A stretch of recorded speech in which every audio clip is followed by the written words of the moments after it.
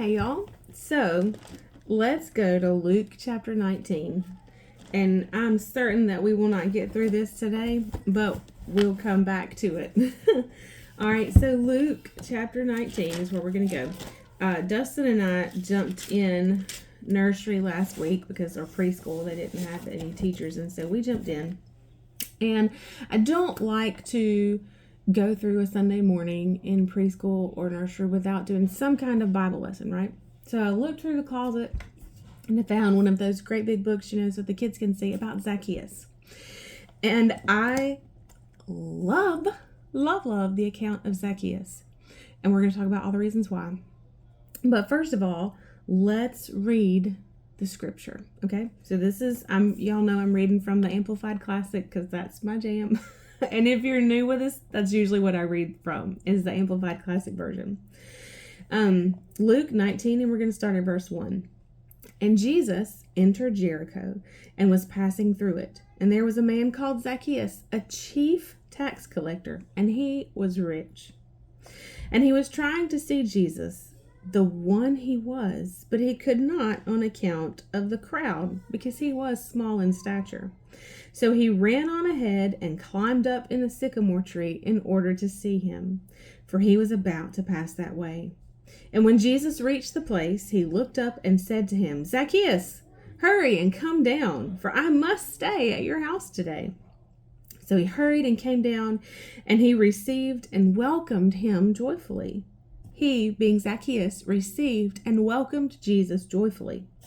And when the people saw it, they all muttered among themselves and indignantly complained, He is gone in to be the guest of and lodged with a man who is devoted to sin and preeminently a sinner. So then Zacchaeus stood up and solemnly declared to the Lord, See, Lord, the half of my goods I now give by the way of restoration to the poor. And if I have cheated anyone out of anything, I now restore it 4 times as much.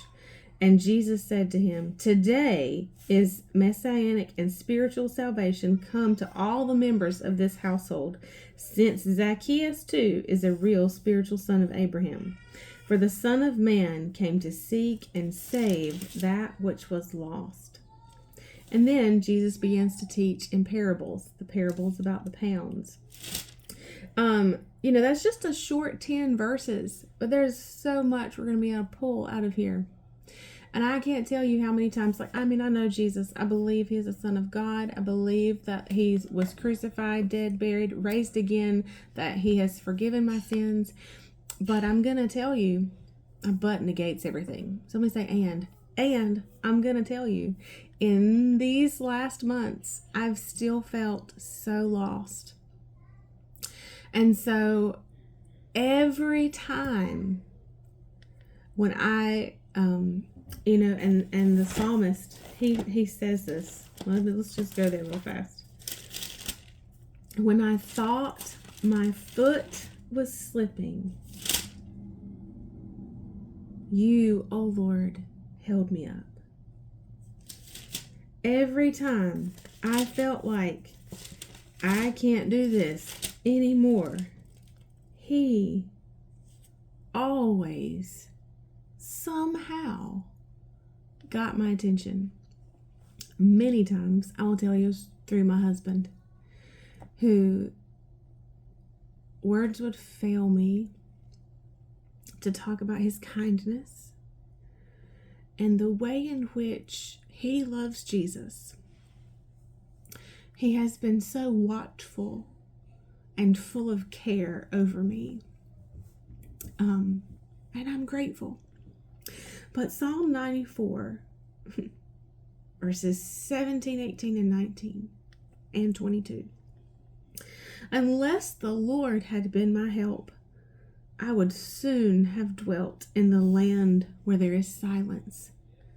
When I said, my foot is slipping, your mercy and loving kindness, his hesed, his covenant love, O Lord, it held me up.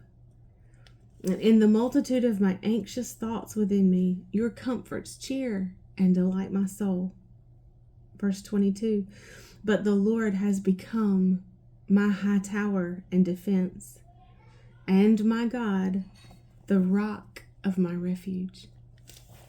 So if you have ever felt lost or wondering, and not just lost as in, of course, he came to seek those lost who do not know Jesus as Lord. But if you know Jesus and you still have felt lost sometimes, he's looking for you, right? He came to seek and save that which was lost. And so we've read Zacchaeus, and we will pick up here and dig into it a little bit next time. I'll see you then. Bye, y'all.